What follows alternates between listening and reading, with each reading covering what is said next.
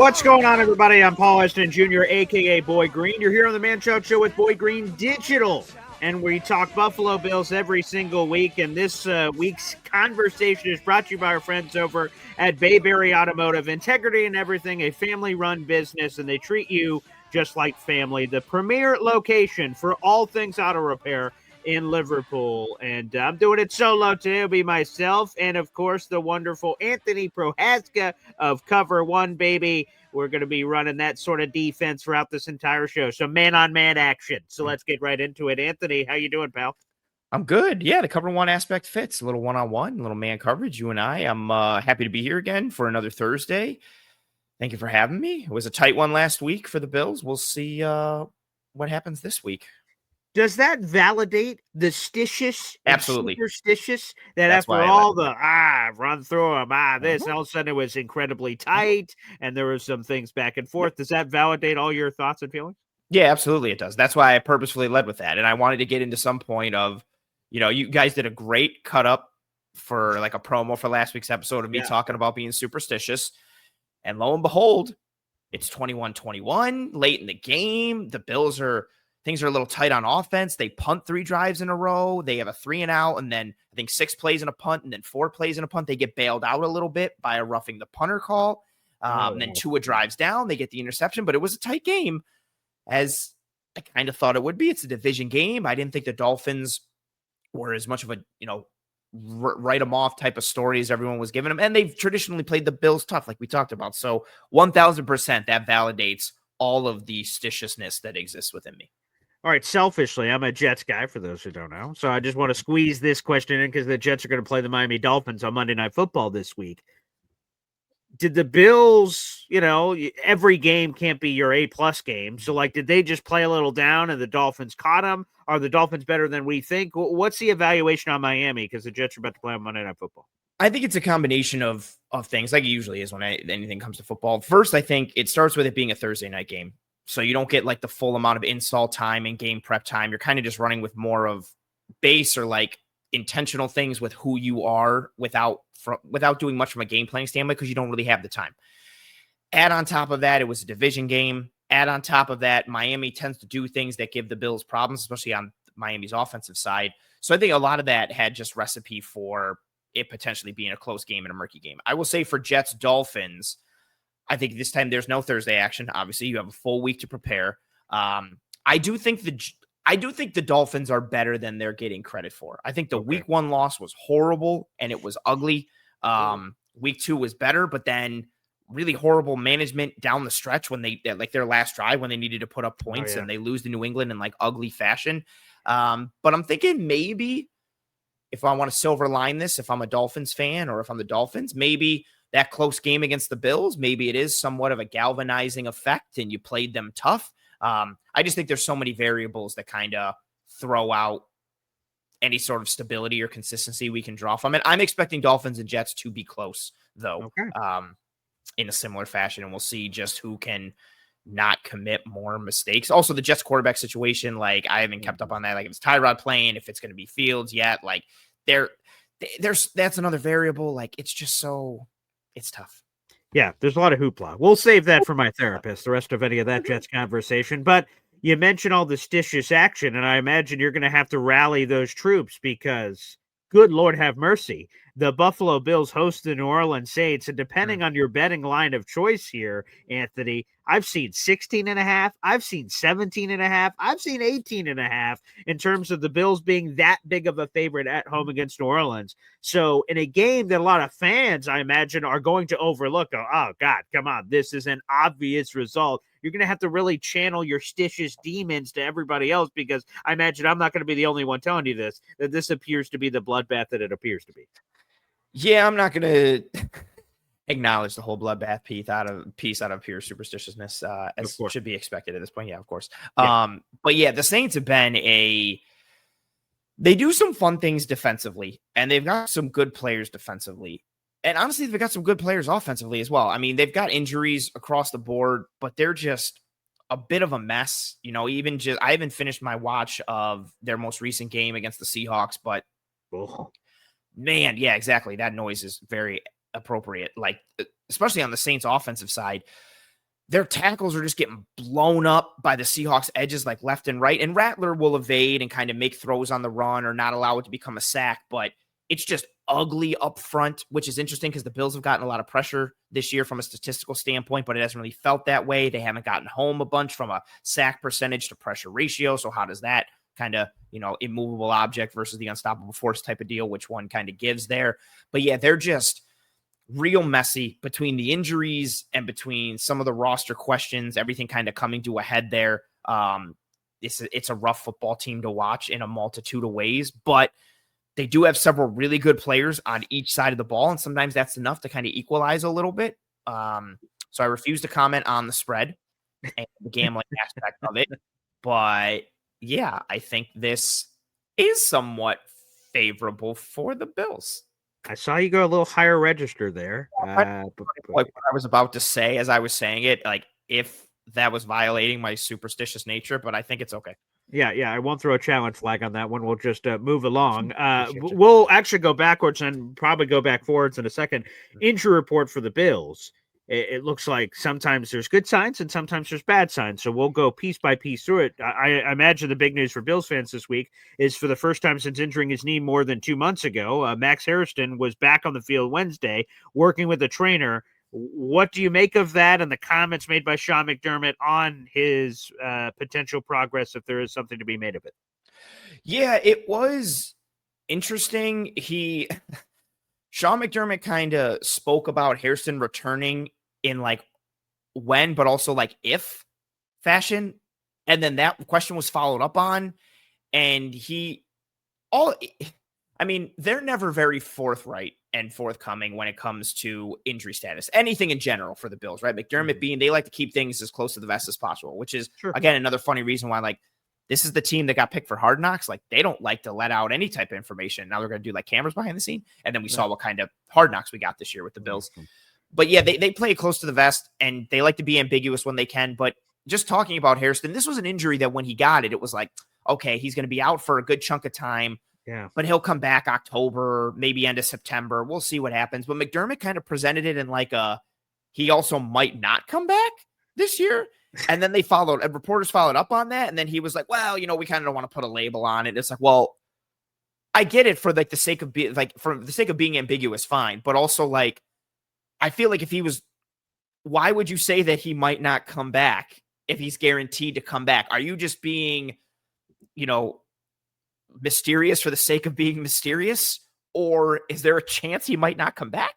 And then you look at some of the footage from practice. And again, this is all very like circumstantial, but yeah, you can see him not really pushing off the knee too much. Maybe it's a little sore or tender. The brace that he's got on there, it just muddied the waters even further for an already muddy situation and a spot that a lot of fans have like the spotlight placed on, that corner spot, and specifically Hairston. So yeah, kind of raised some alarm bells when he gave that answer yesterday. Yeah, I would imagine so. Like I said, we won't talk about this till I guess we hear some sort of official word, but that's my immediate thought of like, if we get that inevitable bad news that, guess he's out for the year, then we're going to come back and go, well, what the hell was all this about? Who was being tricked here? I don't understand the pro of delivering that information at the time. Like what opponent was like, geez, Max exactly. is or isn't. So I went back and pulled this up because I wanted to get it correctly. So this is reported from Joe Buscaglia, who does, he's a Bills beat reporter for The Athletic. Yeah. His tweet said, McDermott said, quote, when and if Hairston returns. When asked to clarify whether if meant there's a chance Hairston might not return in 2025, he said he didn't want to cast doubt, and the hope is he can, but they can't rule out anything. So very, again, ambiguous, but also like, what? Like, what? You don't want to cast doubt, and the hope is he can, but they can't rule out anything. What do you mean? Like, I just feel like I get it. You never want to rule out anything, right? You don't want to be a Sith and deal in absolutes, even though the Sith is much better than the Jedi side, but that's a conversation for another time.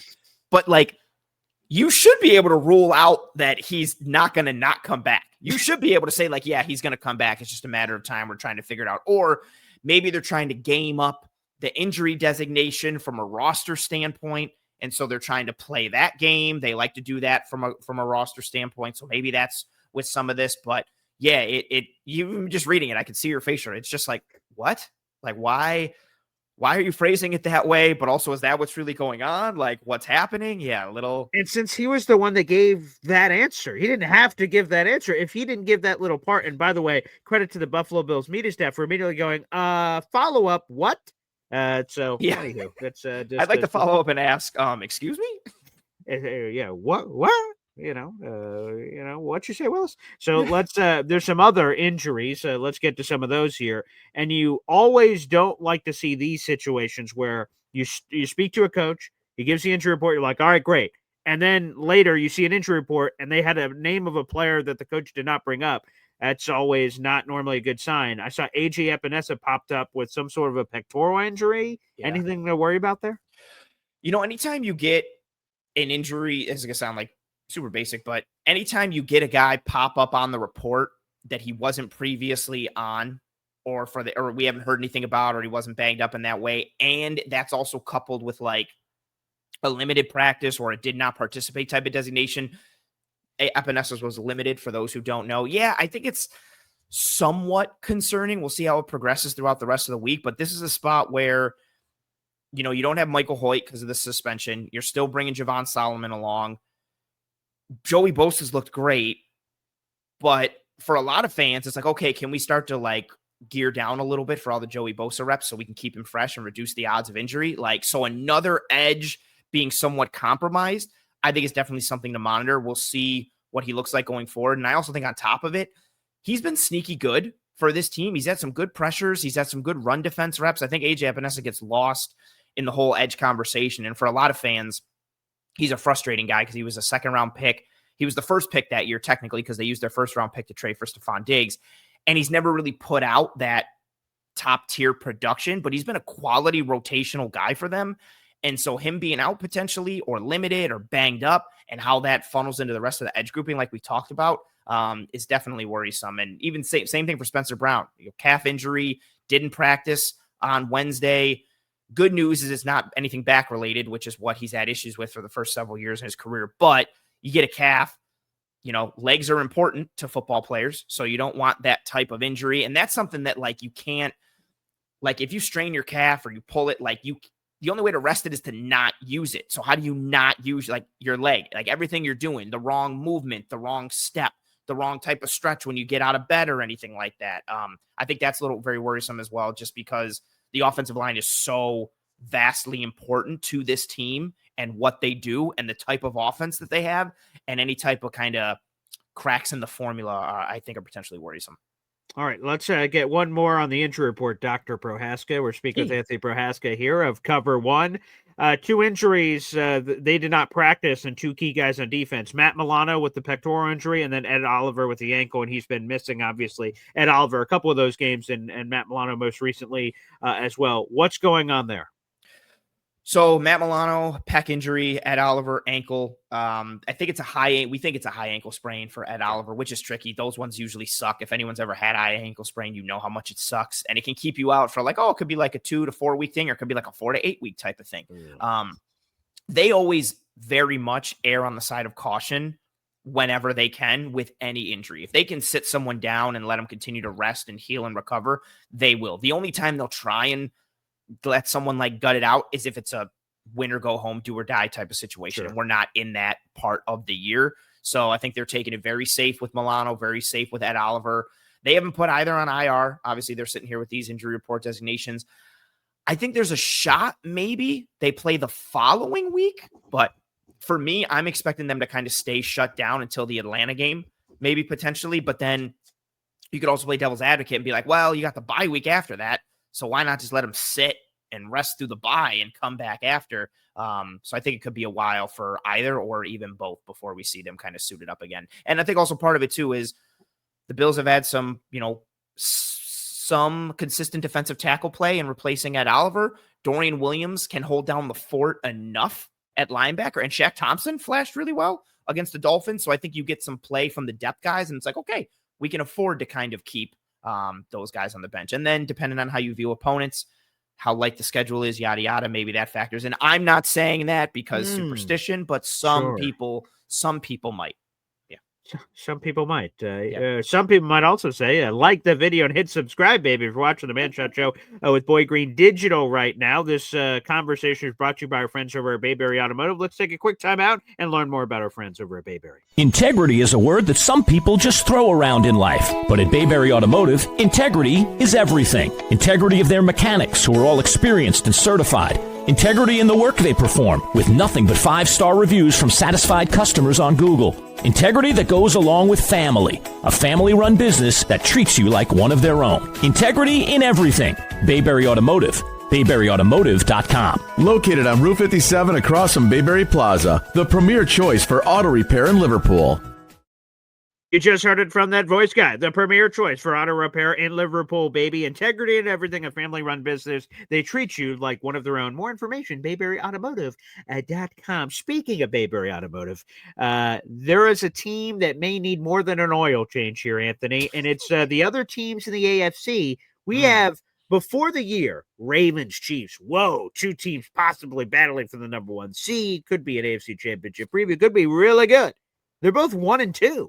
And they face each other. Yes. So one of them will be 1-3. I ask you, Anthony, because we talked about this weeks ago, right? There are very high expectations for the Bills coming into the year. One of the things Bills Mafia craved is, that number 1 seed, delectable and spicy as it could be. And I imagine two of the teams that were competing also for that number 1 seed, well, they're both going through some struggles right now, the old struggle bus at 1-2 apiece. I ask you, what's the Bills' perspective on seeing Ravens 1-2, Chiefs 1-2? Oh, they have to be pleased. Those are, to your point, I think for a lot of fans, and not even fans, I would think analysts, pundits, casual, diehard, whatever. I think pretty much if you were power ranking the AFC going into this year, it was in any order. It was the Chiefs, Bills, and Ravens, and then literally like everyone else, right? Yeah. It was like, could the Texans rebound a little bit?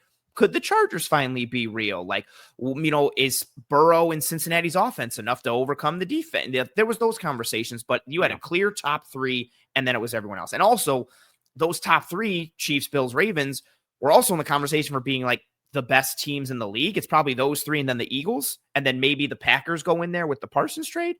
So you have to be sitting here very pleased if you're the Bills, knowing that the Chiefs and Ravens have kind of sputtered a little bit out of the gate, and then even more so that they play each other this week.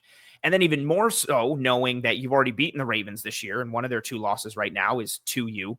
And then you get to play Kansas City down the stretch. So maybe, later in the year, I should say, not necessarily down the stretch. So you could potentially pick up another win there. But I don't think they're really counting their chickens before they've hatched too much right now. And I'm not either. Like, I refuse until someone puts the Chiefs in the ground. They're Michael Myers at this point. Like, they're always, it's like nobody just cut off the head. And everyone's like, no, we'll just shoot him a bunch. It's like he's going to come back, and I'm going to throw him out the window. It'll be fine. Nope, he's going to come back. And they've got some guys on the mend. So until somebody puts the Chiefs in the ground, I'm still fearful of what they can be. And similar for Baltimore, this team is too good. They've got some struggles defensively that they're really going through, but they also had a lot of struggles defensively last year, and they course corrected and were forced down the stretch. So I'm not putting kind of a fork in either of these teams, but you have to be happy for the Bills from a logistical standpoint, knowing you want that 1 seed and where you sit right now. Yeah, let's do it just a little bit more gandering at the overall AFC, and then we'll do some final notes on Bills Saints. So Chargers, you can make a strong argument they're the best team in football. They've looked terrific, and Justin Herbert has clearly made strides. But the other undefeated team, there are 3 in the AFC. Buffalo, of course, the great Bills Mafia, obviously. All right, Chargers 3-0, pretty good. And Indiana Jones, Danny Diamonds, the old Indianapolis Colts. So I ask you, Anthony Prohaska, is this just one of those things? A couple years ago, I remember, crowning MVPs after the first 3 weeks. Sam Darnold in Carolina, the Panthers were like, hoo, and then it all flamed out. So is this just going to inevitably flame out here with the Colts, or is Daniel Jones joining the long list of Baker Mayfields and all these other quarterbacks that just go to the right spot, right coaching staff, right belief system around them? All of a sudden, this ends up being a real deal. I think it's, especially with seeing how the Giants offense has kind of struggled no matter what. I think you're kind of putting 2 and 2 together. It's fair to be like, okay, maybe it wasn't Daniel Jones, maybe it was the Giants. And I do think a change of scenery tends to help guys a lot. And I also think a lot of it is ecosystem based. I think if you look at this Colts team, for as much as the story is, Daniel Jones, and rightfully so, I get it, quarterbacks drive the narrative for the league. They've got a good offensive line. they've got fun like pass catchers, Pittman, Pierce, and Downs. I liked A.D. Mitchell from Texas coming out a couple years ago. He's still in that mix. They take Tyler Warren. He's been effective. You still have one of the better running backs in the league in Jonathan Taylor, and he's kind of put people on notice that like, hey, when I'm not broken down with injuries, I'm still super good, and he's been rolling. But a lot of it too, I think the defense, like they've got dudes on that defense. They add Cam Bynum from Minnesota, one of the best, post-turnover celebration guys in the league. But the reason he's able to do that is because he gets so many takeaways and turnovers and generates so much. Zaire Franklin is awesome. They've got a good defensive line. They've got one of the best nickels in football in Kenny Moore. Cam Bynum, again, at safety has been sweet. Nick Cross has been playing better. I think they have a good team. I don't know if they're number 1 seed, undefeated, 3-0, like real 3-0 type of good, especially with who they've played. But I think they could make some noise for a playoff spot. And this is a team that, again, has really just felt more like a quarterback away, and kind of Richardson would get hurt and things couldn't really get put together. But they've got a good roster on paper. They're playing good football. And I think, as corny as this may sound, I think they believe they're a good football team and they're having a good time and the vibes are high, and roll through and roll. They've been a fun watch on tape on both sides of the ball, and they have a good ecosystem there. Well, I got to give a big salute. You mentioned him. Ziggy, the 235th overall pick of the 7th round, Zaire Franklin, Syracuse product right from around here, and went from, not sure if he's going to make the league with his height, all these people said. I remember interviewing him at his pro day, and I just, every once in a while you get to have these moments, and I did it after I did that pro day. I came back to the radio station to sort of give my report on all the people from the pro day. And I said this on air, and I'm like, man, if I could bet my career, I don't know why all of a sudden I'm willing to do that, but if I could bet my career on someone just being a success, they just seem to have the it factor. I said, it's going to be Ziggy. It's going to be Zaire Franklin. And when he was a 7th round pick, I'm like, oh boy, we'll see what happens here. And then it goes to leading the league in tackles last year. I mean, it's been an incredible journey for old Zaire Franklin. So a big random salute in the middle of a Bills interview to Colts legend there, Zaire Franklin. All right, let's wrap up here. Let's go back to Saints. Now, it's been an interesting story for the Saints. Now, before the year, a lot of people said, this team might have the number 1 overall pick. They stink. And last week against Seattle, they got beaten with a rusty wrench. But the first 2 weeks, they only lost by a score apiece. So there has been some level of competitiveness through the first 2 weeks, despite some of that talk that other people say. So lay it on me here. What's the blueprint if the Saints are going to pull off the upset against the Buffalo Bills? Run the football. Okay. And displace the Bills defense. And within that, no turnovers. You cannot give the Bills extra possessions. You have to play keep away, run the ball, grind it out, make this an ugly type of game. And then if you're on the defensive side, I think it's the inverse of that. You aim to stop the Bills run. You lean on your fast flowing, really good athletic linebackers with Demario Davis and P. Werner. It's crazy how good Demario Davis still is. I think he's like 36 years old. Like, Jets legend. Yeah, Jets legend. Yeah, he was sick for the Jets. He's been even better for the Saints. Yeah. Every year, you're like, he'll probably fall off a little. I'm just like, nope. He's still shooting gaps and just wrecking dudes. And then even on the defensive side too, like you've got Justin Reed in that secondary. He knows the Bills very well from his time with the Chiefs. Lonnie Taylor, their nickel is like one of the best blitzing corners. I think you try to get the Bills into 3rd and long situations, and you get creative with your pressure packages. You attack. You try to game up their protection, especially if Spencer Brown is out. But I think it starts with stopping the run, relying on your dudes on the outside, forcing Allen and the offense to beat you outside with the receivers and or deep or in the intermediate. And until they show that, you stack the box, you stop the run, you game them up on 3rd down and try and attack their protection rules, I should say. And then when you get the ball back, run it. Hit Chris Olave short, which seems to be their thing. Like he hasn't caught a pass above like 10 air yards this year or something crazy. And you try not to get in 3rd and long because your O-line is banged up and has looked rough. Anthony, let me ask you a couple of questions here. First off, are we friends? Sure. All right, there you go. That's very convincing. That makes me feel good. So we do picks against the spread every week. Oh no! And my standings have struggled, bluntly. I've not done very well. So I need your insights here, Bills man. The Bills are a 16.5-point favorite by our sheet. Don't ask me. And I don't know what to do. If you were my friend, you would not ask me to do this. I guess I'm not. Come on, man. Bills are a 16.5-point favorite at home. What do I do? You tell me. this isn't even a Bills thing. This is just me as a person who dips his toes into the gambling waters from time to time. I just think 16.5 is a lot for anyone. And I know the Saints are bad, but you see it every week, like in any given Sunday type of league. There's a lot of parity in the NFL. I know the Saints are banged up. They're not great. The Bills are rolling. The Bills are at home. It's just hard for me to really see any team getting beat by 16.5 is close to, you're looking at like a 17, essentially like 20-point type of victory. So it's like, okay, we're looking at like a 30-10 type of deal, or like, that's just a lot of points from a differential standpoint.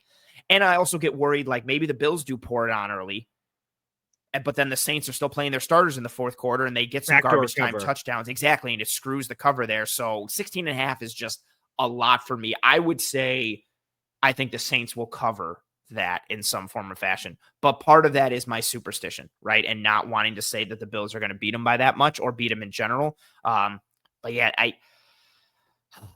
the Saints they do look rough, but 16.5 is a lot against anybody. I don't care who it is. Like, that's a lot. Okay, so let me just confirm. So I should put my children's college education, the pink slip to my car, and the deed on the house on the Saints covering. I should push all my chips in the middle further. Of the I would just bet the kids on the Saints straight covering. Up. Nice. Exactly, straight up kids cover. Nice. Yeah, take that and go from there. That's how that's how confident. Yeah, just like a Rumpelstiltskin type of situation, and we'll just roll with that. Sign on the dotted line. Excellent. Okay, Exactly. We'll make sure we get that through. Well, Anthony, it's always a fun time. Always enjoy our conversations, and hey, we'll see if it's another Bills W that gets stacked on top of the board next week. It should be another good conversation, my friend. Yeah, thank you for having me. This has been awesome to be doing this every Thursday here in the regular season, and hopefully we keep the good times rolling. And no predictions from me, and thank you for having me. Enjoy the rest of your Thursday. Absolutely not. Thank you, everybody. This interview is brought to you by our friends over at Bayberry Automotive. Make sure you guys like the video, hit subscribe, and, of course, you see it on the screen there, at @pro__ant. Anthony Prohaska, cover one, baby. Disguise coverage. But there's no disguise. You should follow him on all social media. He's one of the best, baby. So thanks, everybody, for tuning in, and we'll see you next time. Take care.